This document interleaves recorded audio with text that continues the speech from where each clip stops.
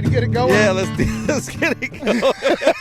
Cut this out. Yeah, I have to edit that out. All right, Ryan, welcome to the Borecast. Thank you, Johnny. You're my first guest. Yeah, hopefully it's first of many. Yeah, I told you we were going to do it. Yeah, we've been trying. It's just our times never lined up just right, Yeah, well, this is it. This is the podcast for drillers, by drillers.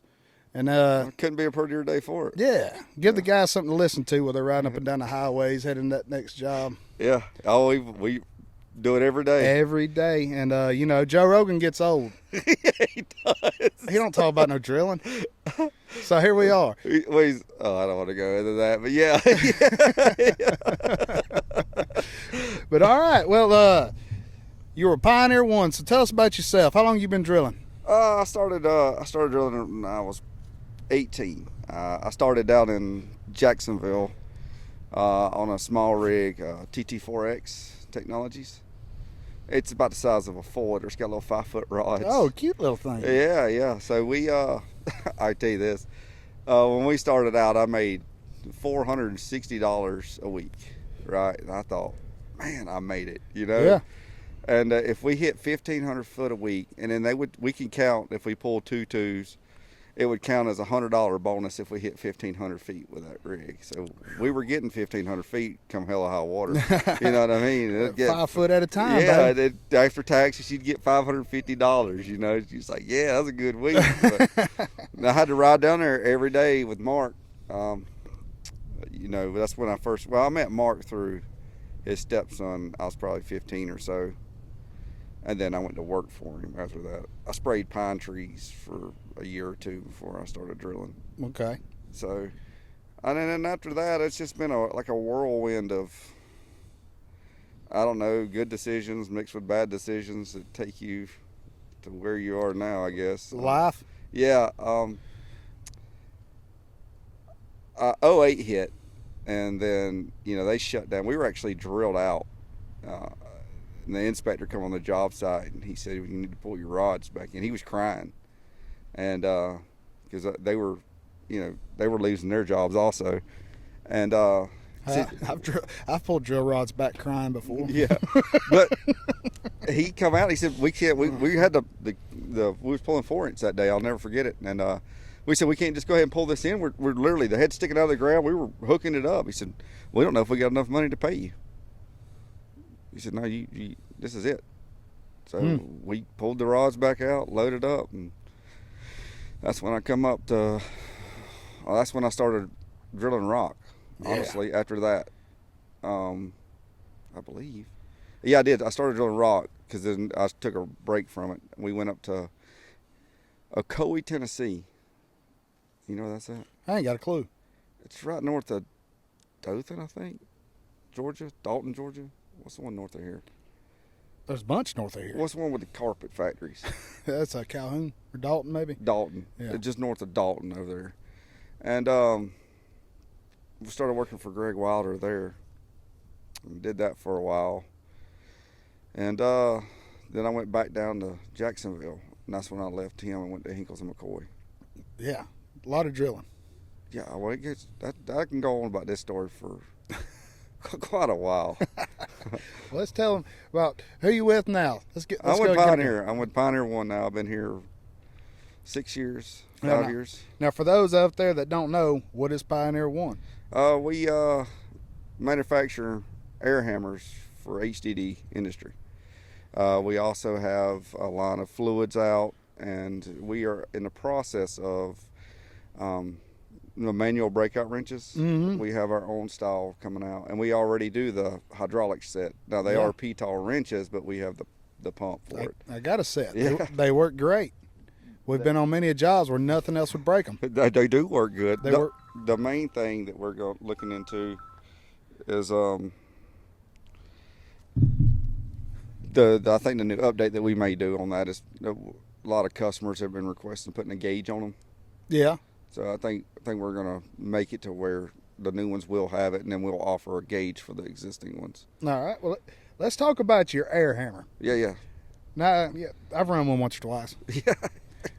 But for those out there, what is an air hammer? What's the benefits of an air hammer? What's it do? So an air hammer allows you to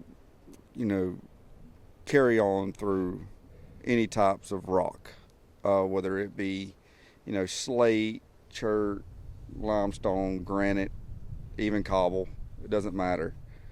We'll make it through. I think the only thing that stopped me so far is a guardrail on the side of the interstate. They ran me right into it. They located it right into it. They don't like drilling steel. No, they don't. The steel will stop you. Yeah, but by God, if it's rock, you just call Pioneer One. Right? Yeah. So as long as it's rock and it's, Mother Nature made, we can get through it. Now, Yeah. I mean, I'm obviously the harder the rock, the more time it's going to take to get there. But our flagship of our hammers is going to be our 3-inch. It's a die-hard little hammer. Well, before we go into specifics on the hammers, what's the benefits of having an air hammer versus like your traditional mud motor? The mud motor, the equipment alone that you've got to have to run that, you've got to have a big enough rig to even put a mud motor on it. Got to put out gallons per minute. Gallons per minute, yes. You're looking at, even the small ones are, I think, 90 gallons a minute now. Yeah. And they're not going to drill all that quick and no. hard And rock. then they have what's called a drift. That's where you locate, and then the hammer but the mud motor could be 15 foot long. Yeah. So when you get your steer, you're not even finding out how much steer you got till 15 foot later. Yeah. Right. It could have took a hard right, and you won't know it until 2 hours when you finally catch up. And then on top of that, you usually got to have a reclaimer, and then a reclaimer is going to circulate your mud to pump the mud back down to the hammer. It's just it's an old technology. Yeah, no, Yeah. It is. It's been around for a long time, so it's tried and true if you've got the pocketbook. But it is slower, and it's higher cost to run to operate that. And the main thing that you'll find yourself with a mud motor is if you are drilling and you run into a pocket where you lose flow, you're literally pumping 110 gallons a minute down hole to never see again. Yeah, you're going to spend a fortune on bentonite. Yes. Yeah. Not to mention the time of transporting fluid and this and that. And air hammer, a little different story. Yeah, so our small one can run off of, we can adapt it to any rig. I mean, I just did a... Well, now, slow down a little bit. Got to rent an air compressor or go pick you up an air compressor. Yeah, you do need to get you an air compressor. So you get you an air compressor, you hook it up to the drill. Very simple plumbing. It does not take a rocket scientist to hook it up. Right. Okay. And then all of a sudden, a 2440 or whatever is a rock drilling son of a bitch with air hammer and a compressor. That's another pro to running an air hammer too versus an AT or DR. Right. They're dedicated to rock, and not even saying that they do it well, but they're a machine made for rock. Now you can drill dirt with them, but it's a lot to do that. Well, you can convert it over, but there's still a lot of wearable parts accepting wear. Either that or you got to replace your whole basket from one to another, and then if you don't, you got to buy that piece that allows that inner rod not to be pushed or sitting there just slopping around at the end, right? Yeah, it's expensive equipment, and most of the time it's not beneficial to wear out a dual rod machine drilling for dirt prices typically. Right. And the air hammer, you just throw it in the truck and it's ready when you need it. Yeah. Oh yes, it's really. I mean, like I said, it's not a lot to just house it if you don't need it, right? It's an oiler with 2 hoses and a hammer. That's it. That's all you're looking for. And the hoses just come with the hammer, so you already have everything you need to run except for a compressor. And you guys can provide a package. Yes, sir. Air hammer, extra bits if you want it, hoses, oiler. You got an environmentally safe oil for the oiler. Yes. I've heard of some other people who say, "Hey, get you some 80-90 gear oil in it." And that it works, but not the most environmentally friendly. And we do that at your own risk. At that, yeah, do it at your own risk. And, EPA will have a field day if they find out. I think diesel fuel is another one they used to run back in the day. I've heard those legends. I've never tried it. Right. I don't think I'm going to. I think that was a little bit before me. Yeah. Well, as far as our drillings go, our fluids are definitely our oil. It's all rock mineral oil. It's all biodegradable. Even the bucket itself is biodegradable. Believe it or not, if you left one out in the weather long enough, you'd find out. I got a couple around here. Yeah, go try to pick them up. Yeah, don't let them sitting out in the sun for a couple years. But and so I've been buying from you guys for years. I've tried the competition, and then when I swapped to Pioneer One, there was no turning back. And there's a couple pros I'd like to mention. And the first one is y'all's customer service. I mean, you guys pick up the phone when I can call you Sunday on 9 o'clock. You're going to answer, and you're going to help out. And shout out to Mark Kelly. He has been the most helpful individual. He's probably forgot more than I know. Yeah, he's a sharp guy, and y'all are an asset to anybody who deals with you. Really, but we try to be. That's the the hammer kind of speaks for itself, but everything else falls on us, right? Yeah. We can't make the hammer do what it does. That's on the driller himself. That hammer's got one job. Yeah, it's the hammer. And everything else comes with us teaching, being there for them when they need it, having sympathy. If somebody's going through a hard time, if you can't relate to that, how can you help them through? If we didn't run these hammers ourselves, like for demos or come up with a drilling background, I couldn't have the knowledge to help that person. That's something. So y'all are drillers. Y'all are not some sales guy who read the brochure who got just turned loose in the field to try and sell stuff. We were drillers first. You're drillers. Yes. You know your product. And another thing is when a customer buys a package, you come with it for a period. Right. So tell them about that. Yes. When you buy a complete system, it comes with, we generally say 3 days of training, but we'll stay till at least that first bore's done. Yeah. Or at least a week. And then just because we leave that first week doesn't mean we won't be back to kind of help you out. If there was something that we didn't get across the first time, or if you need more help, we'll be back out. Yeah. Ain't no big deal. Because it does take some training. Yes, it does. The main thing that I usually have to go back out, or I get a phone call, it's almost guaranteed, is the sawn tubes. Yeah. Did I do this right? Did I put it's a tube. Just a basic assembly of it? Yeah, just putting to make sure they got it clogged right, make sure that the small tubes inside there with the springs just right. They want to make sure it's seated in the housing. It's a small learning curve, but it's not rocket science. It's not. It's really not. But if you think about what you have invested in it, yeah, you don't want to mess it up. Yeah. Right, it's not. Rock is going to be expensive wherever you go and it's compatible with all your major locating systems. Yes, all except for one. Okay. The only one that we're running in an issue with now is Subsite. Nobody runs them anyway. Yeah. It's not even the. Sorry, guys. It's not the old Subsite. It's the new one. Oh, it's just a new design that y'all are trying. Well, no, it's their new M17. I think it's called. Oh. It just. I don't know. We don't know what's going on with it. Like, I know it's Bluetooth is how it reads off of, and as soon as you put it in our housing, it goes haywire. I don't know if it's because we got a thicker housing or something like that, or what it is. But they was like, no, you got to take the battery out, and you've got to sync it to this housing, and it'll work fine. And we did that. And the only reason I'm saying that is because I literally just come off of a gentleman over here in Georgia.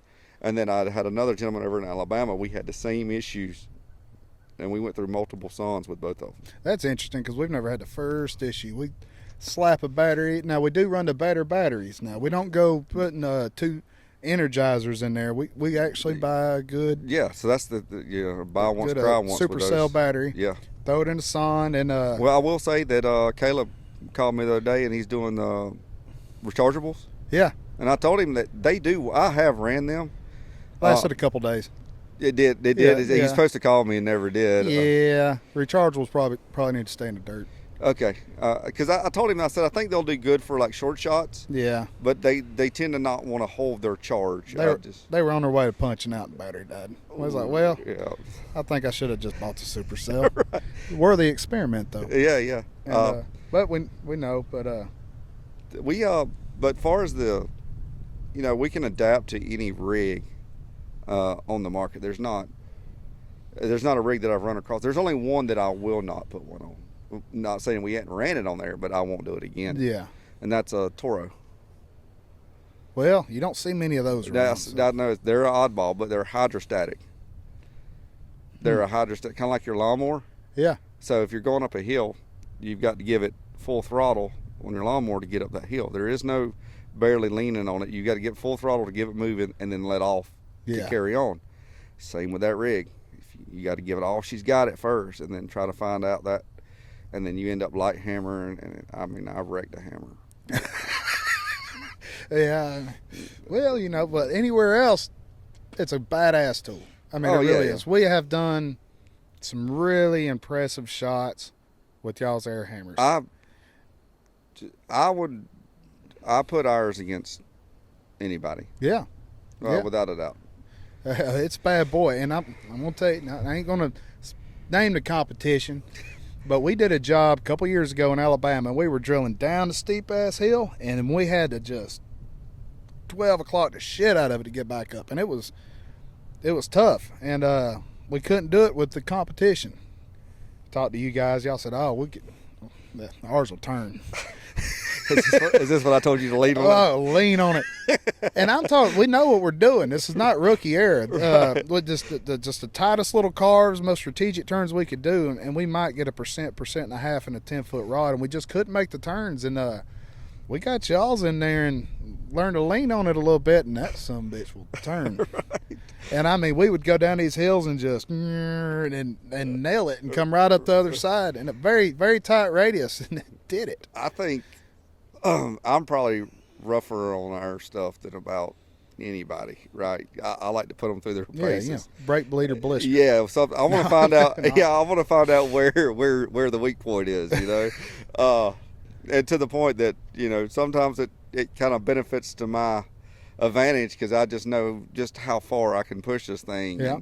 But I have the opportunity of, like, if I do break it, I mean, I can fix it. Yeah. You know what I mean? So, but I wanted to know if there is a limit, or, you know, what it takes to get this thing out. Or, you know, sometimes you'll be drilling and it'll start making a funny noise, right? Yeah. It doesn't sound like it has been.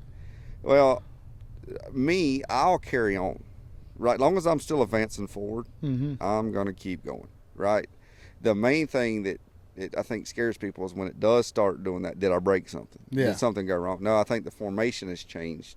Because we don't know. It's all in our head, you know, because we're not down there looking at it. So no. We don't know. We got to have an imagination. But 9 times out of 10, I'll punch out of the other side and there'll be nothing wrong with the hammer, right? Looks like the same things it did and went in. So, I mean, I don't know. There's a lot of, like I said, I'm probably not the you know, the most technically advanced with all this, but. Well, you're a driller. And you put the product to the test. Yeah, I do, and I want to make sure that I can wholeheartedly stand behind it. Yeah, you know what I mean. Like when I sell somebody a Pioneer, or go out there and, you know, help them out with it, I know that I've gave them, you know, the best product that I could, you know, that for them to help them get through the rock. Yeah. You know what I mean. Like there is, the biggest, the most, I guess you would say, backfeed you get is, it's kind of like a Chevy Ford guy. You know what I mean? And a Vermeer ditch witch guy. Well, you either a hammer dude or you're AT guy. Yeah, some people get kind of stuck in their ways. And the biggest way I can explain that to is if you're busting out concrete, are you gonna go get something and try to rub through that concrete, or are you gonna go get a breaker? Mm-hmm. Same thing. You know what I mean? It's the same thing. Like if you're gonna get something to try to rub through that rock, no, you want to get something to hammer through. Now, speaking of hammering through, how many beats a minute these things hit? The 3-inch at 200 psi does 1700. 100, yes. And the 4-inch does? I think it's around the same. I may be a little off on that one, but I think they're both around. It may be a little slower because it's moving a lot more weight. Yeah. Yeah, so it may be 15 on that one. Yeah, but it's just... Yeah, it's not like you're thinking with them old missiles. No. If you've never been around one, they're like a machine gun. It's very impressive. No, and I've had, you know, we've had really good success, and you know, every bore that we've been on so far, we've been able to punch through. You know, it's like we don't own rigs. We don't bid work. But if somebody needs a demo, or they want us to come sit on a rig for so much, we'll come out and do that for, granted, to just kind of teach them and get them through on to let them get to their next job. If they got like 2 shots left, we'll come out there, and it's considered a demo. And you will. You can show up on my job site and hop on any drill, and it's like you ran it yesterday. Yes, it takes me a little bit because every rig's different. You can tell, though. Yeah, every drill has its quirks, especially as they age.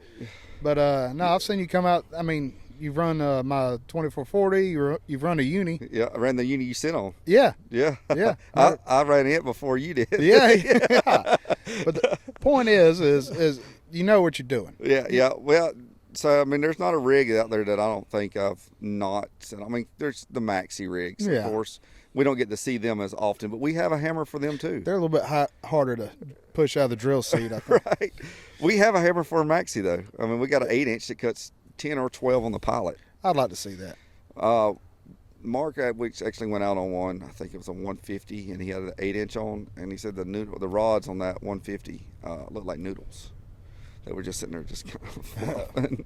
I mean, that's doing something with that 8-inch hammer. That's packing a wallop. And y'all also offer, what was it, the LP reamer? Yeah, we have a line of LPs, and we can go. Well, let's break it down. The LP is basically a cluster hammer reamer. Yeah. It has, depending on the size, depends on what series of hammers are in it and how many. It's a drum with staggered hammers in it. Yes, and they also stagger fire so it doesn't pull on your Kelly. Yeah, and I would love to run one. You're just waiting on the right opportunity. That would do it, or that 4055. The problem is with your 4055 would be the 12-inch. Yeah. You got to keep slow RPMs with that. Yeah. And then anything that's kind of smaller does not have the rotation to turn it. I got you. You see what I'm saying? Like, yeah, so 40-55 or bigger for an LP reamer is probably a good rule of thumb. Yeah. But, man, it's got to have a better rate of penetration than a hole opener. I mean, the hole openers, tried and true, been around forever. We've all used them. But my God, they can be maddening sitting there on some hard rock. They went from the Pilot, which was 6 3/4, to 32 inches, I believe, with a 32-inch LP and limestone, and they were going a foot a minute. First cut. Ooh, I mean, hell. I mean, you didn't have to stagger. I mean, they literally just went from. Hang on, say it again. 6-inch to what? 6 3/4 to 32. To a 32, and a foot a minute. Foot a minute. Shit. You see what I'm saying? That's the pro to it. Yeah. Yeah, you're sitting there just it's slow rotation. You're running air, so you're not using a buttload of fluid. And that's another pro to a hammer too. We're only running a gallon a minute on the rigs. Yeah. That's it. Yeah, the tank of water will last you. Yeah, it should. Yeah. And another advantage, blowouts happen. And when it happens with mud, depending on your customer, they can just flip their damn lid because bentonite to them is some toxic waste that'll kill every sea turtle in the world. And when you got the air hammer on, dude, it's air. It's air. It's air. That's all. Yeah, we're breathing. Yeah. You're all right. And I can tell you from experience with customers, they'll be all right. A lot of times they just, it's just air. We're not getting anything in the creek. We're not getting anything in this little area. Nope, nothing. We're stirring it up a little bit, but it's good. Yeah. And just aerating it. Yeah, just keep the rods turning and be over with before you know it.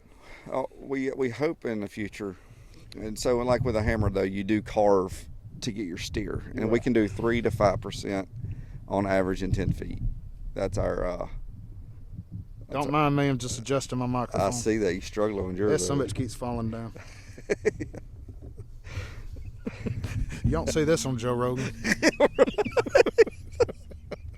We need some of that scent bomb. Yeah. Well, whatever he does over there. But the main thing that I see far is it's not near as expensive to operate a hammer as it is the competition across the board. Oh yeah. And you can have it. You can have the same hammer run on multiple rigs. Right, so if you've got, and the only thing you've got to change is the adapter, where we call it a crossover. Yeah, crossover sub. Yeah, So like if you have anywhere, so a 3-inch goes good for 2022 to 2440 or 4055. You can put a 3-inch on a 4055 too. Yeah. Just pushing it, because them rods are so stiff. That'd be good for a road shot or something. Yeah, short distances. But if you have any of those rigs in between, that hammer can service all those rigs, right? Mm-hmm. If you got one crew over here, if they're all trained, they can, pass around that hammer. That's a good pro to have. Yeah. At least it gives you the option. If you got 3 crews running and one of them might hit rock, you just have the hammer, the crossovers, and You don't have to bring a whole other rig in, right? Yeah. You just tool him back up, let him go. yeah, absolutely. The 4-inch, it goes good from the 4055. You can put it on the 2440. The only downfall to putting it on 2440, I mean, it runs great, is because it actually gives you a lot of room for cuttings to come out. Yeah. Is we recommend the hydraulic tongs with the 4-inch system, Yeah. just because to get it better torque up, and they won't. The style that we have now, hydraulic tongs, will not fit on it. The 2440 rods, they're just too small, but they will fit on, and it's just a pain that you got to swap over to manuals to take the hammer off. That would be the only downfall. Yeah. But other than that, it does great. Well, I mean, we keep wrenches, and we got Y'all got pile of tools. But we've run into situations before where it was something in the rock it almost polished the steel of the hammer where nothing would grab it, and that's when I bought your hydraulic tongs and bust it right loose. ripped them right off. And there's nothing more frustrating than spending 2 hours out there trying to break something loose when you have good tools and you know what you're doing. And I've had that happen to me. Yeah. Where like I've went through the rock and it come out and it'd be shining like a diamond, Yeah. coming out like you just sandblasted this thing, and it was just so smooth that Was it in Alabama? they didn't want to grip. That's where we was. It was a struggle. You talking about And that? then we called y'all, and dun dun dun dun, here y'all come. We have a way. We were going to get you lined out one way. We had a bit. I don't know if you ever got it, that Blue Max. It was the more expensive bit, but it was supposed to. We got one, but I can't remember what we did with it. You may still have it. No, we put it to work somewhere, Did you? but I can't remember. I can't remember where. That's for the most extreme conditions. Like normally you wouldn't need nothing like that, but apparently over there where you are, that's kind of notorious for that. Now that I've heard of other drillers going over there, and they've run into the same deal y'all was going through. It was a rough area. High silica. Yeah.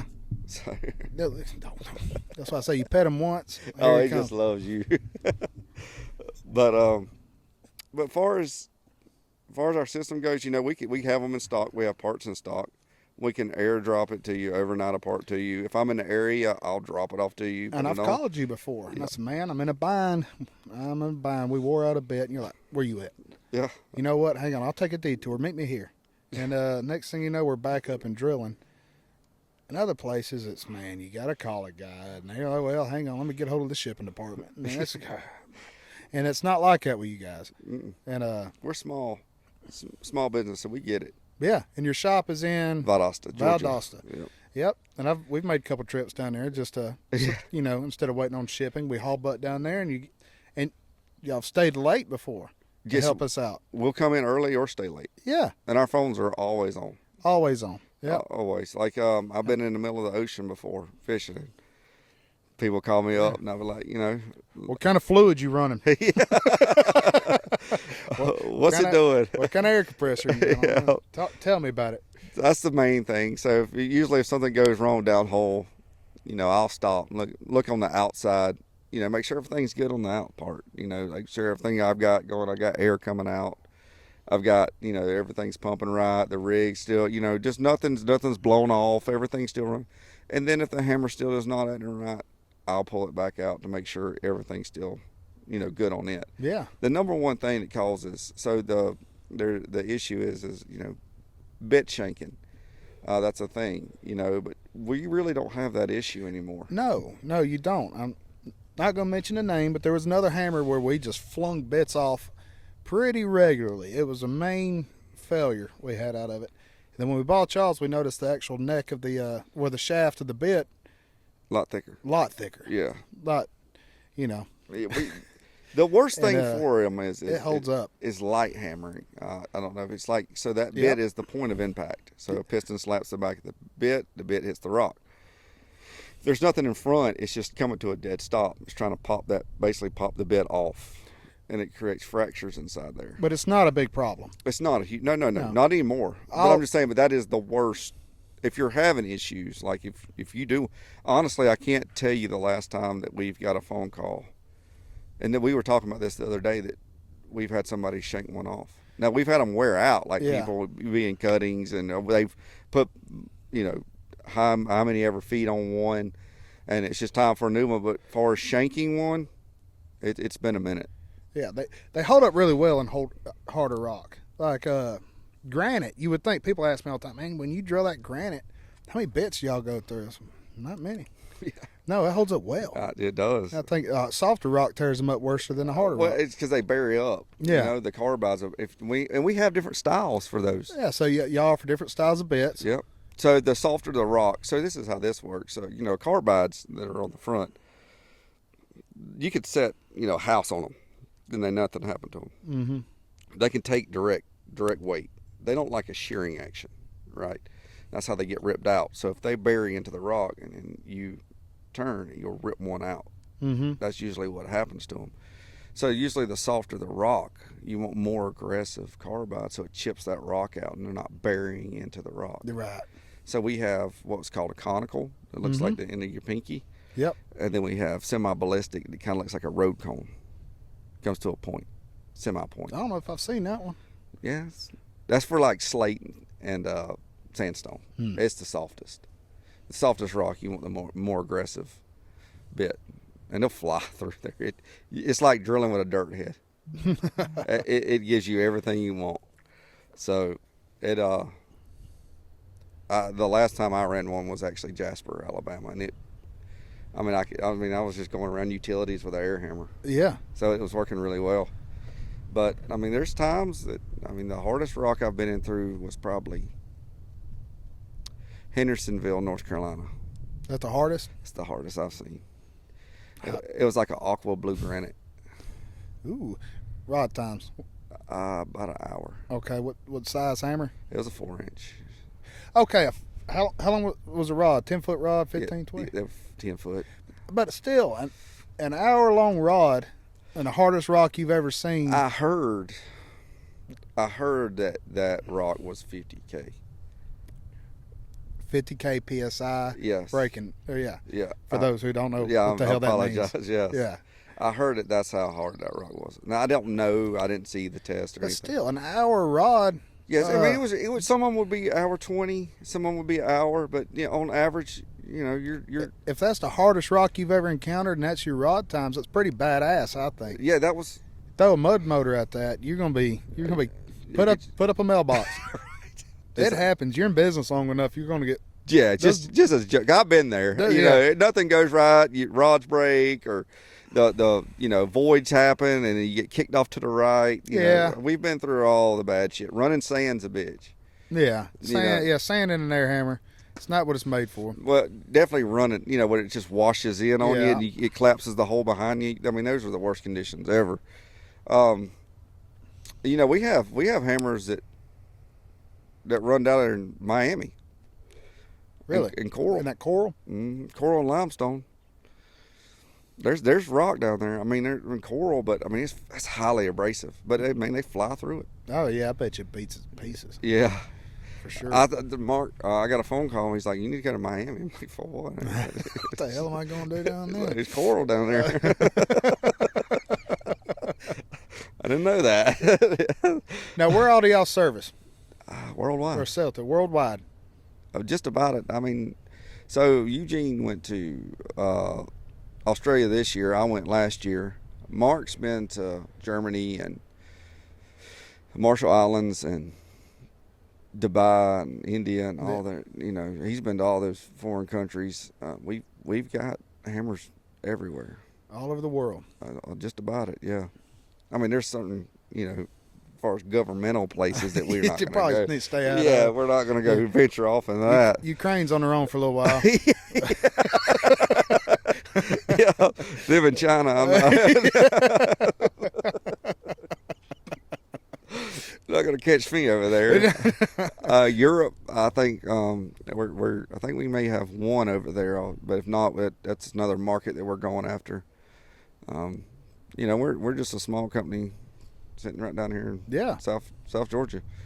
Yeah, it's got a big small company mentality as far as how you operate and being very personal, and you're there and got you back, but can do very big things. Yeah, I mean the big things that we've been doing recently is like I just finished that bore with Chad Cox over in north side of Atlanta under 85, and we held a grade negative 0.3 on a barbecue rig. Yeah. So we can do on grade shots with these things too. Yeah.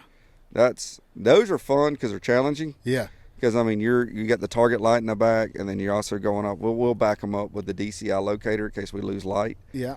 And then but to hold that grade, and we punched out dead nuts. We was negative 3. Perfect. I mean, it was a challenge. I was jumping at. So when you punch out with those, you got to wait on them to shoot grade because they want to know exactly where you're at. So you're sitting all down in a pit and you're all waiting around that phone call like somebody's getting drafted, and, he's like, oh man, I'll tell him, God, he's needed to be at what now? And he's at what? He's like, man, I'll tell him how bad he's off. He's like, you want to know? I'm like, not really. Not since you said that. But yeah, it ended up being a great bore. When we do those with so to go back to the hammers though, we offer anywhere from a 2-inch all the way up to 8-inch. All right, and the 2-inch more suitable for you. 10-15 Vermeers, JT9s. Yep. Or JT10s now. I'm sorry. Yeah. TT4Xs. I put one on one of those. I mean, have you ever seen one? Nah, I'm sure I have, but they're little gray and blue things, and I mean they're strong. They're 10,000 push pull. You wouldn't think it. They have umbilical cords for the water pump. Like the motor doesn't drive the pump. The pump sits on the trailer. Oh, really? Okay. But you can get them in tight. They're really good for like super tight surfaces. And the little 2-inch hammer, like if you're shooting services for like gas up to a house or something like that, they're ideal. Definitely the 2-inch hammer with any of the small rigs. Yeah. Now its max PSI is 250. The 3-inch hammer is, like I said, ours our flagship. Now we sell more of it we have more of it running than anywhere. It's so versatile that you can put it on about anything. I mean, you think about the average size of rigs out there is 20,000 pounds. Right. So that's why that hammer fits perfect on that. Yeah. You know what I mean? So we have a. And I mean the 3-inch is cuts 4 3/4. We go off the body, not the bit. Okay. So our competitors, they all go off the bit. But also the advantage of the 3-inch is the size of the compressor you have to rent. So 3-inch basically that's a great value rock drilling tool because the fuel consumption there compressor is not bad at all. The rent on that, if you just need to go pick up a compressor for somebody like Caterpillar, is not bad at all. Yeah, I think it's a 200 psi, 400 CFM compressor. Yeah. You can pull it with an F-150. It's a piece of cake. Yeah.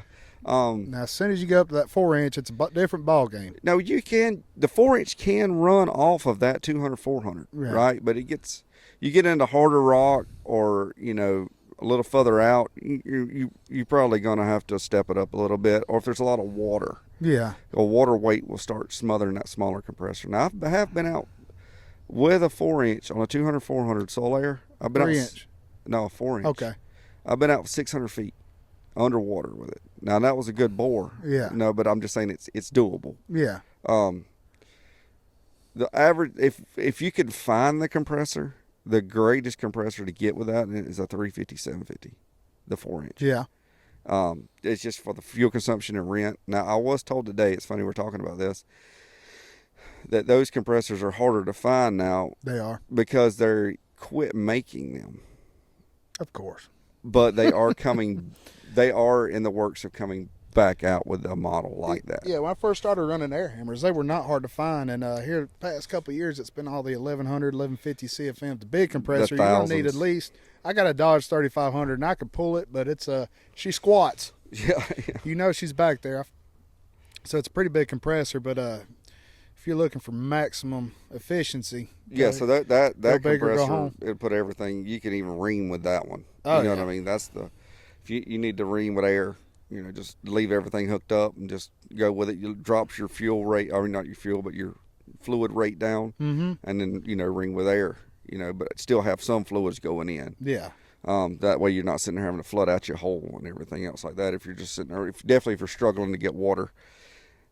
Speaking of water, one of the main things that people, need to watch out for too is don't pull out of creeks or ponds. Because of the micro abrasions. Yeah, so everything's gonna have sand in it, right? Right. And then you're sandblasting it when you run it through the hammer. And that's also the same thing with bentonite. All bentonite has sand in it. Yep. At least 2%, or below, but they do have sand in them, and you hit it with high pressure. Now you can. So there's a catch-22 to bentonite. All right, so we're talking about running bentonite through an air hammer. Right. You don't want to drill with it. You don't want to drill with it. You don't want to have your air and your fluid running. Now you can kill the air. Right. And then pump the fluid bentonite through the hammer if you need to suspend the area or something like that, and then go back to your other tank and then run your regular fluids that you've been running. Just watch out for detergents and solvents because you're running oil, right? If you have a detergent mix in your fluids, you're breaking down your oil. Solvents also, it's the same thing. Hmm. Did you know about that? No, I didn't know that. See? I know I called you here for a reason. That's what causes pistons to break. So if you're having a run of pistons breaking and they're scarring up on the side, but you're look, I'm using oil. Yeah. That's the culprit. That's interesting. Because it's got in there a lot of your some of the Pro Actions. Yeah. Kool-Aid in the bag that they used to have out. I don't know if they still do it or not. I haven't seen it on the shelves anywhere in a while. That was one of the main ones. They also, you remember how if the Pro Action stuff would turn black in a tank if you set it there for a while? Yeah. Or if it had bentonite in it, it would turn black. Yeah. Let it turn black on a piece of steel. Let's see what it does. Huh. It pits it immediately. It's mind-boggling. I don't know what they had in there, but it was some serious stuff. Like definitely when it turned black, I watched it. I mean, it brand new hammer. It pitted the snot out of the inside of it. Really, just something in that additive. It was just sitting in there, and I wiped it off, and you can see where every black dot was on that piston. But with the air hammer, let's say if you're a ways out and maybe a sandstone or something where you're getting the heavy sand cuttings and trying to clog up in your hole, you can't just say, hold up, turn your air off, pump some bentonite through it. Blow it back out, burp it. Burp it, yeah. Let that air just, you don't want your piston to be in there hitting, like you're trying to drill. You just want to pull it off bottom, let her flow, throw a little bentonite, a little bit of air, and then let it carry your cuttings out because nothing does it like bentonite. Well, yeah, rock will humble you. Oh, yeah, I'm telling you. Like, you're not going to pack rock. So if your hole gets kind of tight in sand or dirt or soil, whatever you want to call it, you're just going to kind of push it out of the way, right? There's room to give there. Rock, there's no room. No. Stuff's got to come out for something to go in. You know what I mean? There's no option. It's like stacking shit. You can only put so much in there. It's that's the main thing. Definitely, if somebody's getting into rock, is to teach them that the ways of whatever you knew about dirt. I want you to bottle that up. I want you to throw it in the woods and let's forget about it. Yeah. Because everything we're going to do now is complete opposite. The only thing that kind of stays the same is just the operation of the rig, but we're going to slow all that down tremendously. Yeah. 20 RPMs a minute, and then we're going to listen to the hammer. I don't even want to look at the gauges. Yeah. I listen to the hammer. It tells me what it wants to do, and I watch to see if it's penetrating good. If it's not, I'll push harder. If it doesn't do that, I'll back off a little bit. Just find out where it needs to be, and then watch it walk in. It definitely takes an operator, not just a joystick or a cowboy. Yeah. Don't. Well, I don't know, man. We've done all right. I'm not saying it won't hold up. I'm just saying. Yeah, I mean, but y'all have had to, y'all have adjusted. Even the ones that were real aggressive. I mean, y'all are still just getting it through there. Yeah. You know what I mean? But I'm talking about like far as if it's hung, don't try to rip it out. You can't just, go in there and just brute. I went cowboy. I didn't mean it as like, a backhoe operator just ripping and tearing. You have to have finesse. Yeah. In a way. That's a good word for it. You know what I mean? There has to be some kind of finesse with it. You're almost playing an instrument. You are, right? Because it's a dumb entity. It's got one job. That's the hammer. Right? Everything else is on us. How it goes, where it goes, what depths it's going, because he don't know where it's at. Yeah. It's still. So, I mean, it's just one of those things that if you got, any kind of background in it, drilling, that it'll humble you. Mm-hmm. That rock, not the hammer. Oh, yeah. Yeah. It will. Yeah. Yeah, you could just keep throwing money at it, it's still not getting nowhere. Yeah. I love the rock drilling, though, because once we learned it and got good at it, we were harder to compete with. Yeah, yes, and it gives you another notch in your belt. Oh, yeah. And, we could do the shots other ones couldn't. Yep. They hit rock. Oh, God, I've heard it a million times. The real hood couldn't get through it. And it's dun-dun-dun-dun, here we come with our Pioneer 1 hammer. And the problem with that is when they call you, they needed it done 3 days ago. Oh, yeah. Yeah. How fast you think you can get done with this? I don't know. I don't even know what I'm looking at yet. It just depends on the rock. Yeah, that's going to be the tell-off. She determines whether we make it through today or tomorrow. Because that's a good thing, like time. So if you take, let's say, a 2440 and a 4-inch air hammer, or a 4055 4-inch air hammer, I rate how hard a rock is by how long it takes to drill a rod. That's a good.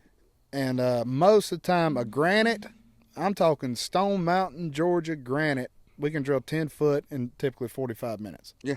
And that's a great rate of penetration. Where you get a softer rock like a shell or a sandstone, shoot a shot a day.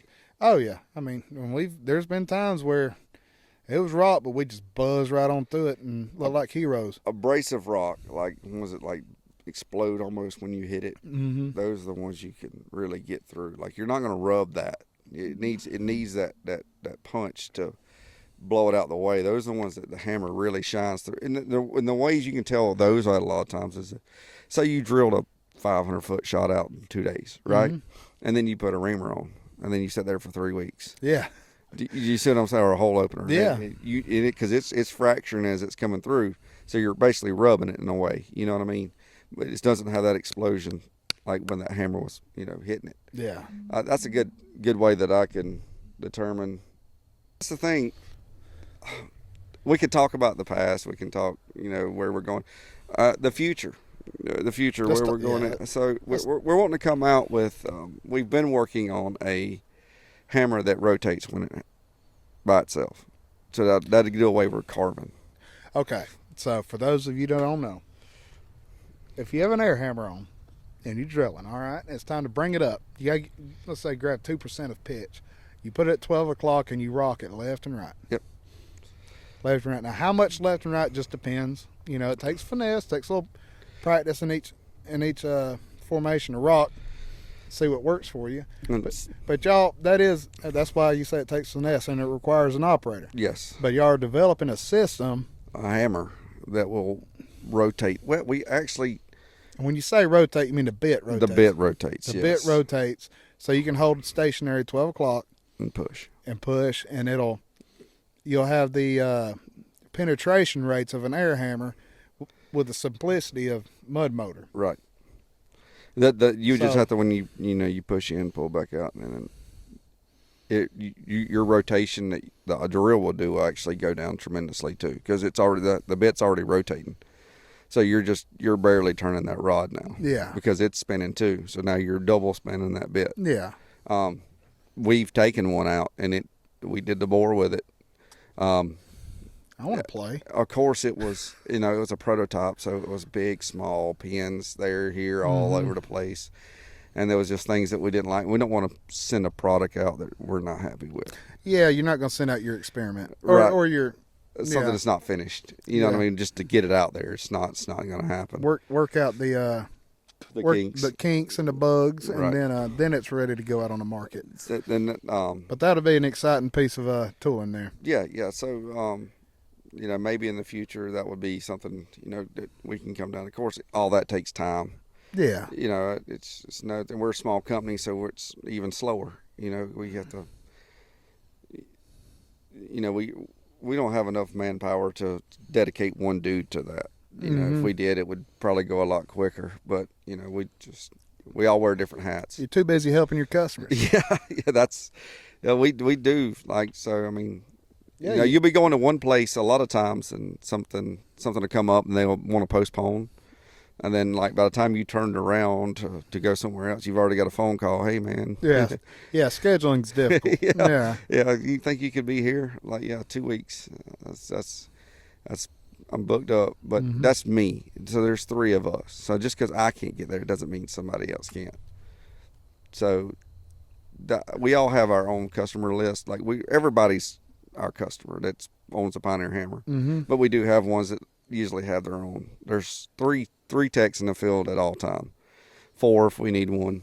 He's the owner. He'll still come out and do whatever he needs to do also. That he will. Yep. And I think he prefers to be out in the field now that he's been in the shop. So. Yeah. But so if I'm tied up with one of my customers and the other tech's free, we'll jump over and roll over and he'll go help them out. Yeah. We just kind of piggyback off of each other. It's a team effort. It is a team effort. And then we do pretty good at it. There's always room for improvement. Yeah. Always. We don't want to be lax with it. Because we can always get better, and that's what we're trying to do. We had meetings. We're going through meetings now to see where we can improve everything. Well, you guys have been a hero to us more times than I can remember. And that's the stories we like to hear. Because if a company does good, we do good. Yeah, and I know a lot of contractors who just like me. They swear by you. Yeah, that's ironically it's not a lot of times it's not so much the company, it's the guys. Yeah. If the guys like you or the guys prefer that, that's where you want to be in, because they're gonna keep pushing until they get their product back. Yeah. Whether it be you or somebody else or us or another another hammer manufacturer, but either way they're gonna keep complaining about that one hammer till they just start seeing the ugly in that hammer all the way through. Whether it be another, and that's how a lot of times if we do, like if a contractor does go and purchase another hammer, we usually get a phone call back. Hey, we tried this one out, didn't like it. So what you're saying is to all the management out there, if they buy Pioneer 1, they'll receive 2 things: more productivity and less bitching. Yeah, that's the main thing. All right. Well, that's a selling point. Right, yeah, Put that on a hat. Right. more productivity, less bitching. That's where we're at right now. I mean, it's. Hell, I think I might do that. I keep looking back at this thing. Yeah, on the side of the 5100. Look, Revere, we still go. Yeah, y'all made it nice in there. Yeah, she still runs. He tracked her over there. I seen it. Yep. I don't know. That was less productivity, more bitching. Right. Well, that was for you to sit there and just come out and drink a beer and look at. Yeah, to ride the kids around. Hey, that's not a bad idea. Let them play on it at least. For anybody that's listening that's going down the road, there's a Premier 5100 99 model sitting behind us. I parked it there for the background. Yeah, it's for sale. Oh, yeah. I think it's time for it to move on. We can take this camera out. I'm sure we can get some more stuff for you if you want to on this podcast. Yeah. We're gonna keep my junk pile out of it. I was talking about maybe your conduit over there. Oh, yeah. Hey, I got plans for that. Do you? Yeah. You building a pump house? No, I'm gonna put a shop there one day and we'll run conduit to it. Oh, that's where you're going to put your shop? Eventually. Everybody does. Yeah. Ain't nothing wrong with that. Well, we can edit all this out. Yeah, I don't know. That's pretty good. I like the more productivity, less bitching. Yeah, that was a good one. Yeah. So we did change. If you notice that we've changed our logo, and it's supposed to be we got a new saying. It used to be build a better borehole. Now it's just rock solid performance. Oh, yeah. So that's our. We're making a lot of internal changes. Just streamline everything. Okay.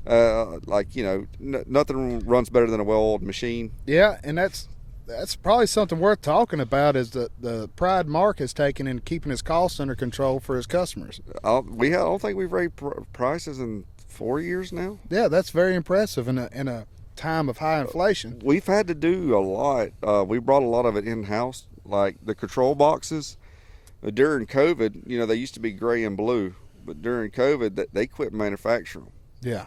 So we had to do something. So we started to build them in house. So I mean, you can't just throw your hands up. And build the oilers too. Yeah, we build the oilers. This is not from China. All of our stuff is American made. Yeah, okay. Right? Maybe some. No, all of it is. Yeah. All of it's American made. And if we need a machine, You're safe from tariffs. Yeah. Yeah. That's the main thing you got to watch out for. Like, you never know if you're using overseas products, you don't have support. Like, so if something goes down and we can't figure it out, then we got to try to reach out to them. We don't want that. No. You know what I mean? If we need anything machined, it's all done right here in Georgia. Yeah. There's a machine shop right down the road from us that does it a lot. We're just not big enough to have. Yeah, but you need a crossover sub, you got it pronto. Yeah, we can get those pretty quick. Yep. Yeah. But the quickest I've ever had one was literally they machined it the next day it went out. So I mean, those they can turn them out pretty quick. Okay. Except for the oddball ones. So I do know that Ditch Witch has come out with a new thread. Oh. And we had to get them the thread for them to know what the thread is. So these rigs are evolving, and we have to evolve with them. Yeah. Because we're not part of the manufacturing process with, so I hadn't even set on like the new D24s yet. So I haven't plumbed one. So I don't know what that's going to entail. I don't know what all they've changed on them. It won't take you but about 10 minutes. Bro. Yeah, it can't be no worse than what they used to be. You know what I mean? Because the hard pipe and all that, you get there. But the thing is, you don't know it's changed until you see it. You know what I mean? They won't tell you. They'll make the announcement, this is the new features, right? But they don't tell you the changes they made under the hood. Yeah. That's the thing. And then, so like there's a D28 coming out. I've been told, and I'm probably getting off script here. No, you're good. I don't know if it was like, it's just all through the driller, barbershop pipeline. Mm-hmm. And that's going to be replacing the 2440. It's going to be hard to retire that model. That's been a tried and true drill. Well, I mean, I heard it's the same. Like I said, this is all speculation and hearsay. That the 2440 could always do 28. I believe it. I don't know. So ours is a damn beast. That somebody's got over 7,000 hours on it, and it won't die. That's because your driller won't let it. He won't let it die. It's probably wanted to a long time. He'll come to me. He's like, well, I think we're finally going to have to replace all the vice, like the whole vice assembly and the loading arms. He said, it's all wore out. I was like, I can get you another drill. He said, hell, don't you give me no other drill. Right, that motor's, we'll rebuild it, I guess. That drill's just as stubborn as he is. Yeah. Just don't know when to quit. Oh, well, shout out to Caleb. Right. He's got like 3 wrenches hanging off the front of that drill. He can have the vices changed out in about a minute and a half. I watched it. We used to time it like it was NASCAR. Yeah, it's something to see, man. He can do it blindfolded, I'm pretty sure. Yeah, he's awesome with it. I've never seen somebody more comfortable on a rig, though. Boy, you can tell he's right at home on that thing. Oh, yeah. He is. Yeah. He's not happy unless he's sitting there pushing rods in. Yeah. And he does it, too. And he's done it. He took y'all's 4-inch hammer and did a 1,000-foot rock bore with it for the 2440. Yeah.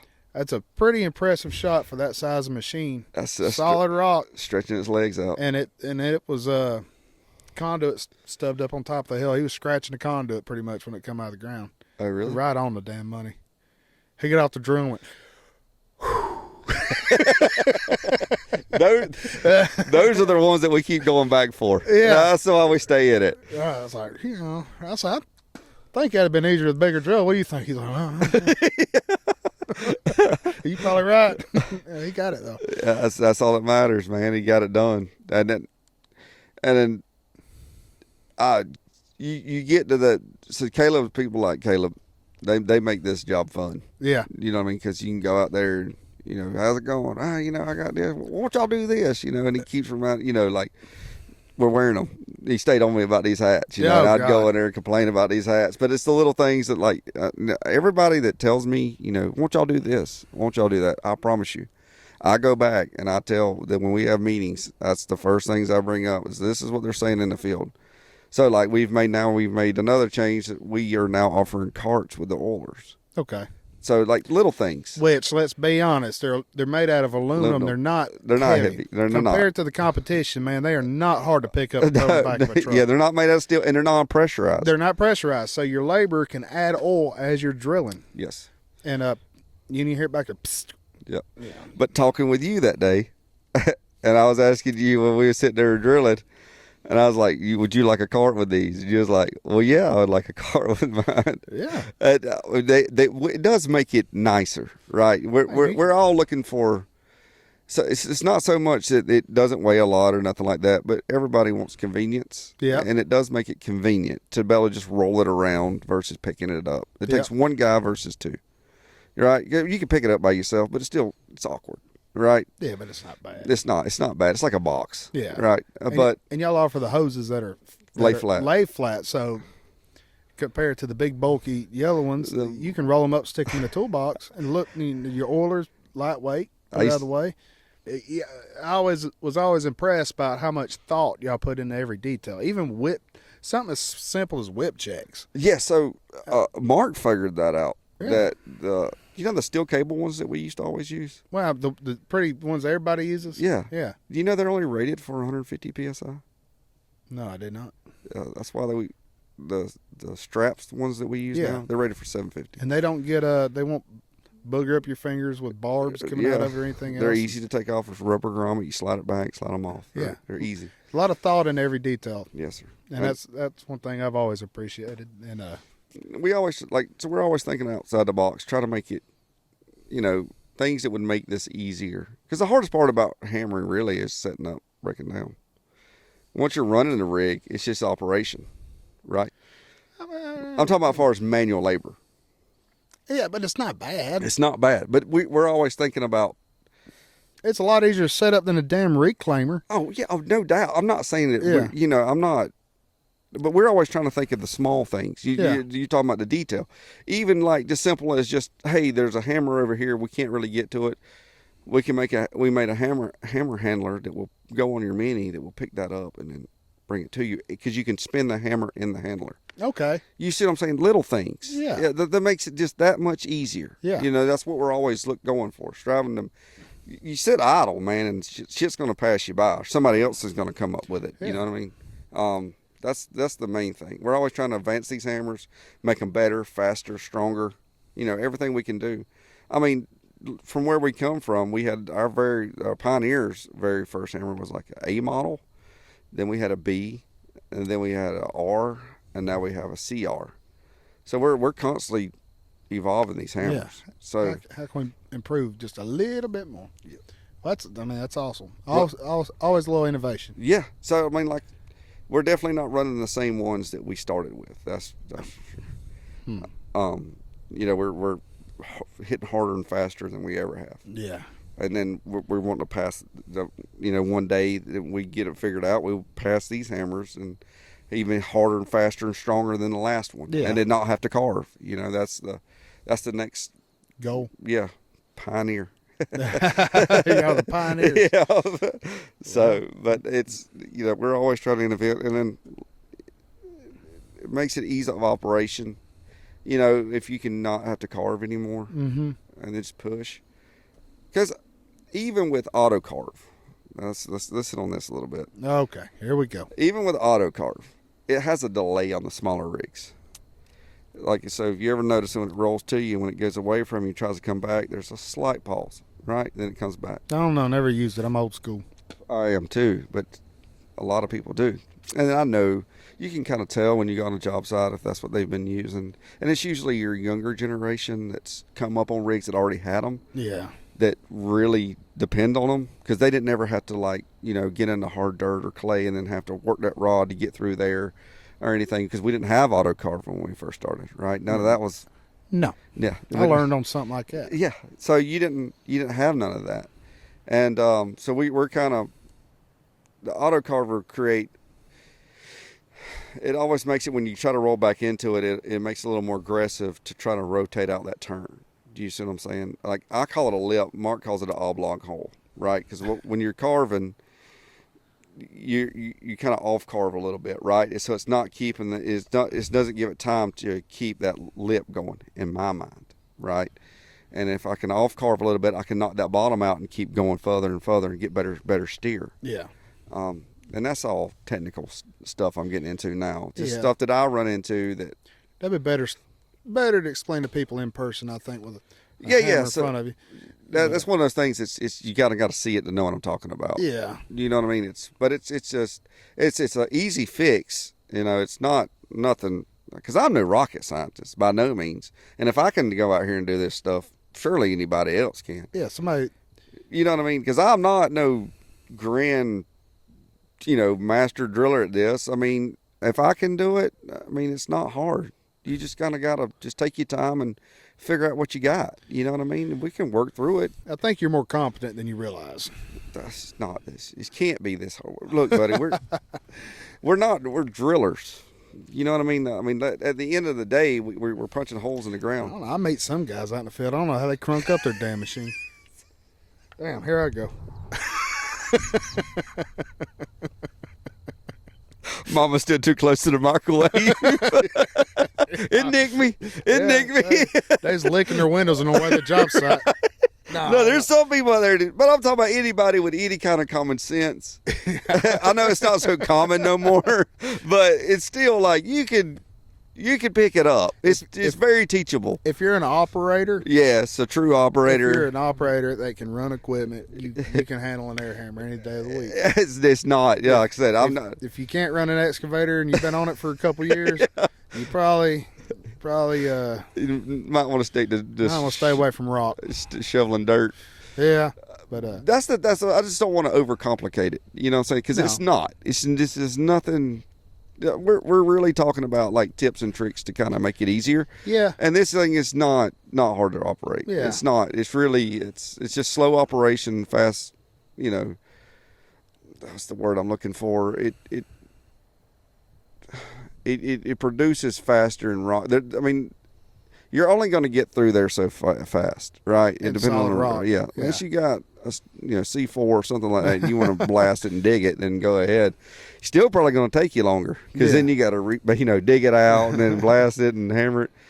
But I mean, as far as the hammer goes, it's been a privilege to be out here and sell it and work with people, and definitely guys like you. It makes it fun. You could be having a bad day or something like that, and like go over see you guys and be like, what's going on, man? Just kind of shoot the shit and see it we're operating, and it just makes it still fun to come out and do this thing. Yeah. I always like the challenge, and there's plenty of that in rock drilling. There is. That's in general. Yeah. Right. So, and here's another thing is, if you call yourself a rock driller and you got a tri-hawk on, that's not rock. That's hard dirt. That's some pebbles. Because I've seen what tri-hawks do. I've seen them pull the boulder that it was rubbing on, and it literally was made a nipple back out to it. So oh yeah. Yeah, it makes a conical shape towards you because the teeth have cut the outside groove on it. I mean, they stopped there because that was actual rock at that point. And I've tried to explain that to customers because it drives me nuts. It's really, in my opinion, it's just a damn tool to make the customer feel a little bit better about you spending more time on something. Yeah. It's like, oh, you've got an aggressive tool, so it must be worth what we're going to pay to spend here a week and do. But yeah, I've hit rock before. Because a 3-tooth design, as it spins 360 degrees, it cuts on the outside circumference. There's nothing penetrating the center of that hole. No. If you're in true rock, all you're going to do, and then you make it harder, because if you break a tooth off in there, don't go back in there with a hammer, because then you've got steel on steel. Yeah, you're going to take a bit and beat the shit out of it, and just pound that little sucker to pieces, knock carbides off. Yeah, that's the problem. The con with an air hammer is it doesn't drill steel. I tried. We tried, I should say. I know of guys that I'll take that Tri-Hawk and I'll bounce around and they'll deflect and get through there. That's good. Yeah, I'm glad you was able to get through there. It doesn't have its place, but it does have its place, but it's not the miracle worker, in my opinion, that a lot of people think it is. Yeah, it's made for hard ground. I've seen people drill hard clay with one, and it might rock, man. But we're getting to it. We're getting to it with this. It's really drilling this rock, and I'm like, man. And beating the shit out of the Kelly. You see your flow? Do you not see the?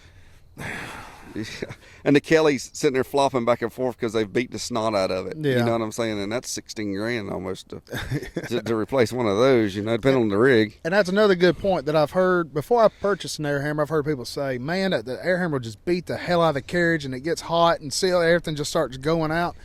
And we have not had that at all. There shouldn't be anything. The only thing you're getting back to the Kelly is percussion. Yeah, let's talk about that. Like the wear and tear on the machine. Running an air hammer versus with a railhead and hard ground, you're going to have your machine idled up all the way. You're going to have to anchor the son of a bitch down, hold it still, and get aggressive, and you're just wearing the hell out of it. To where on an air hammer, you really keep the machine idled down, or at least we do. All the way. This just at an idle. Yep.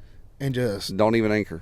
Yeah, no, yeah. If you got to anchor your drill with an air hammer, you're pushing. You don't mess something. Yeah, up. You're pushing way too hard. Yeah, yep, something's going terribly wrong. It's you just let the hammer do the work, and it does. The way I explain not a lot of wear and tear on the machine. Is once you put a air hammer on a rig, you're no longer drilling.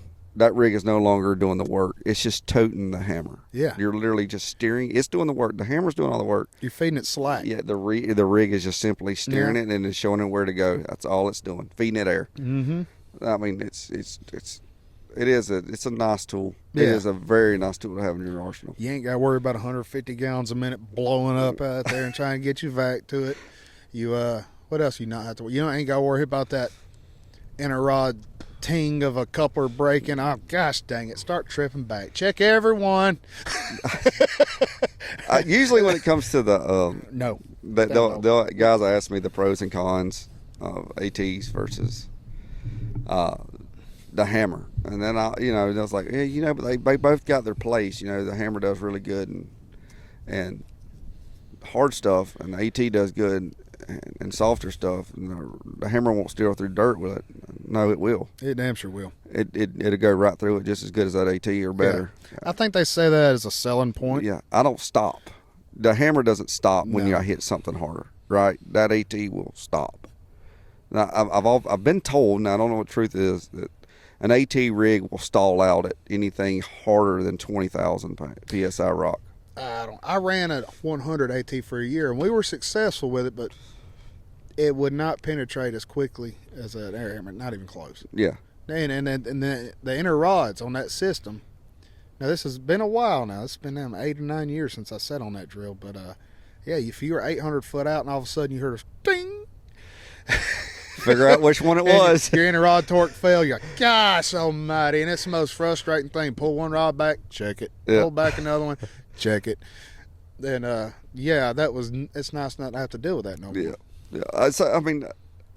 I mean, I'm not here to judge or somebody's decision to buy one or anything like that. If it works good for them, by all means. If that's something that you've got something and I can't help you, and then you've had good luck with a AT rig or our competitor, then my hat's off to you. I'm glad you're doing well. I mean, I never have any ill will towards anybody running anything else. Yeah. Right. I wish I could, help you or be there to show you the difference, but I don't hold any grudges, definitely to our competitors. I mean, they're all out there trying to do the same thing we're doing. Yeah, that's it. They're just more guys like us. Yeah, they're just out there trying to make a living. And I do feel like I got the better product out of the deal, but I mean, they do too, Yeah. So, I mean, the only thing I can do is show you. Mm-hmm. But, we do demos to show if it we'll come out and sit on somebody's rig, and we try to keep it between 100 to 300 feet. It is a paid demo because we're invested at this time. Yeah.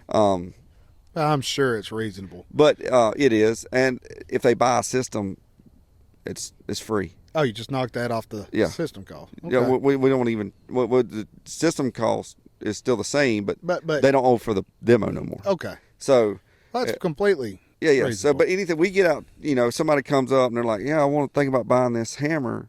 Shoot this creek. It's 500 and 600 foot long. And then we get to the other side. Nah, I don't think I'm interested. You know what I mean? Like, nah. That's happened. That's why we have to do paid. We got skin in this game also now too. Oh yeah. Yeah. So regardless if you want the hammer or not, you've got a free hole in the ground at this point. And that's what we're making. We're out here selling holes, not hammers. Man, people have some nerve, don't they? Yeah. I mean, I get why they're doing it. Everybody's toast drove a vehicle in the past, and did something and like, oh. But you didn't drive the son of a bitch to Oklahoma. That's basically the same thing, I'm gonna test drive this. I'm gonna go to California and come back real quick. Go do a road trip with the family. There's 3,000 miles on this thing. Yeah, I don't want it. That burnt fuel like you want to believe. That stereo static you got now. Sorry, it smells like Marlboros. Can't spell the road drink. Don't mind the gummy bears. But we'll come out and do those, and like I said, if you buy the system, it's the demo's free, and usually the demos go well, and we have financing available.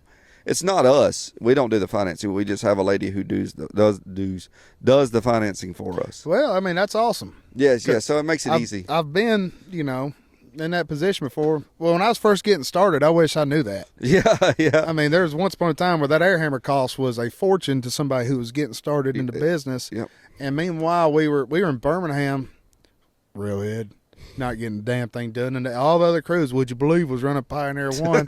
And I didn't know who you was at the time. This has been years ago, and they were just smoking it in the ground, and I was like, man, I sure wish I could afford an air hammer. So the financing. That could be that could really help somebody out that's getting going. Right, and I don't know the rates or anything. Like I said, she is not affiliate of us or anything. We just use her. That's her name is Liz Boone, and she does really well. I mean, I've never heard anything negative about that aspect. Yeah, ever. Well, that like I said, if you need it, it's there. And I'm not saying that I offer it every time I go out, and I don't ever mean it as like, hey, we have financing available. And they're like. I don't mean it as an insult. I just have to let you know that it is available. I don't say you need it. I'm just saying it is available. Yeah. If you want to keep cash in hand, which I do, I like to keep. Well, sometimes they just need to hang on their money. Might not be for another 30 or 60 days. Yeah, you see what I'm saying? Yeah. I bet you a lot of guys will finance it and 60 days later pay it off. That may be what they do. I see. Once it's sold, I don't know. Once it goes through Liz and them, I don't know anymore what they're. Yeah, but it's a dandy option. Yeah. So if you're waiting on a big check to come in, but you got a job right now looking to get done, just so much down and off to the races you go. Yeah, they can really punch out their first bore, wait to get paid for it, and before they make the first payment, and that'll help them. And I will say the pricing of rock needs to be there too for the hammer. That's a big thing. Yeah, not for the hammer. I don't mean that for the hammer. I mean just pricing of rock needs to be there. Period. Yes. So there's a lot. I get a lot of phone calls as a contractor, and I'm not going to get into specifics on numbers, but there are some laughable rates out there to where. If you're a contractor, think about getting into rock drilling and you're not real sure, reach out to some folks and talk around, because don't think just because it pays quadruple what the dirt is that you're getting a good deal. Right. It's a whole different ball game. Yeah, I mean quadruple of $6 a foot. Yeah. All right, I'll throw out one number. Yeah, I've gotten calls for $30-$40 a foot in the recent past, and I'm like, man, you guys have lost your mind. This is I remember dirt prices being that. Yeah, that doesn't make any sense. Everything's gone up, the prices have gone down, but yet we're still doing it. Yeah. That is just, I can't.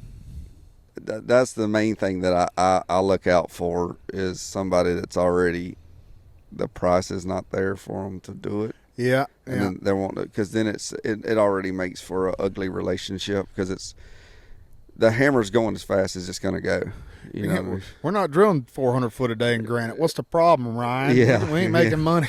So, well, look here, Jack. Yeah, he's like, man, this thing is not performing, and they've wrecked the hammer, so it's even worse now, or something like that. And it never works good now. I have seen a guy. Now, and this is my 5 years here. We made a pilot bore. It paid for the system 4 times over. Mm-hmm. just shooting out, and then he got extra for pulling the product in. Yeah. I mean, that was everybody walked away super happy. You know, the 9 times out of 10, the good ones go where I come out and do a demo, and that borer has already paid for that system. Yeah. You get what I'm saying? Oh yeah. Those don't come around as much as you'd like them to. No, but I can't control pricing. Yeah. But those are the ones that usually, oh man, yeah, you know that you just paid for my system. Like this is free now. You know, like perfect. And the next ones are start banking. Yeah. You know. And if you take care of it and you have a good operator and you don't just hit unordinary circumstances in the ground, because it's drilling, there's some stuff out there that's going to eat you lunch. I don't care what kind of piece of equipment you got. It'll happen. But most of the time, these hammers they will pay for themselves. And I like it because as a contractor, I can't compete with somebody who's got 10 guys out there potholing, and they're probably making crap wages on 1099s with faulty social security numbers, and you know. But as soon as rock comes into play, them guys don't stand a chance anymore. And they're that's when we shine. They skip those. Yeah. A lot of times you can come in and there'll be 4 or 5 of those. A lot of jobs I go to that purchase hammers is like, yeah, they brought us in to finish up what was left behind. Yeah. Yeah, I do a lot of that. So those are good bores. Yeah. I mean, because then you kind of set your price. Yeah. You got kind of. I mean, in a way, you don't get as, you know, obviously you're not, you know, 5,000 a foot or anything like that, but you get to bring the price up from where you need to be at. Yeah. So versus if you would have got the whole job, well, can you do all this under a blanket or something like that? No, that's not happening. No, they can work out good like that sometimes. Oh, in the blanket? Gosh. Well, yeah, if you have different additives, right? I'm talking about like maybe the same price per foot on the whole job. If you bet it right, but it's a gamble. You're rolling the dice. Yeah. But I did one time, and I'll throw this number out there. This has been several years ago, but I told them it was $100 a foot in Nashville, dirt or rock. And we hit some of the softest dirt drilled. Well, yeah, so that, and I mean, there's stuff obviously, like that, there's fairy tale. I rolled the dice. Yeah. And we smiled all the way to the bank on that one, but most of the time it's not a good idea. A lot of composite pricing, I think they call it. Rock or dirt, here you go. Yeah. And you just go in there, I'll take that section of the job. As you come over the top of the mountain. Yeah. Or in the valley down there in between the mountains. Yeah. Oh, did I mention there's a town buried under here? Yeah. Good luck. I had to have one. Not a town, but a railroad. I've had a town. A town? It was somebody's basement. Yeah, we drilled through it. It was like an old house they covered up. The foundation was still existing and they'd filled it all. It was a road. It used to be like old time. You know, like the town had burnt down and they covered it up. True story. Here comes the drill stories. Yeah, I mean, I'm just saying that happened. We were drilling. It got real loose. We were just regular drilling, and it got real loose. And I was like, we dug it up, and it was eerie. Yeah, there was nothing there, but you know, it's just 4 walls, but it was crazy looking. Yeah, I've been downtown Mobile and drilling. That's a terrible feeling too. Like, what am I about to dig up? Yep. We've all had that happen. There's a noise. There ain't supposed to be that noise. And you start digging, and oh boy. I pulled back steel sheets on hole openers. We don't know. We was on an army base, so we don't know what it was. Steel sheets. Like maybe off of a Willis or something. Like a door, like a hood. I don't know. It was stuck in between the roller. I ain't tell. We did one time in a park, and it was an abandoned landfill. That filled it in with dirt, and then we pulled back. Gosh, and there was clothes and trash bags, everything wrapped around the drill rod. Stunk. But we got it done. It's been a privilege to come over here and talk with you about this, and hopefully we can do this again. Oh yeah, well I'm glad you came. I've been putting off doing this for a while. I wanted you to be my first guest. Yeah. And we got some other guys coming, or you do? Oh yeah, I got a couple. I'm excited about, and I think it'll be good because podcasts. Everybody likes us to do a good podcast, and there's none for this industry. Well, actually, Ditch Witch. I don't know if it's about drilling, but Ditch Witch is starting a podcast. So prior to me seeing that ad yesterday, I would have told everybody I'm the first one, but. Guess I have to settle with second. Well, I think you bought yours first. Yeah, that's it. I bought it like 3 or 4 months ago. There we go.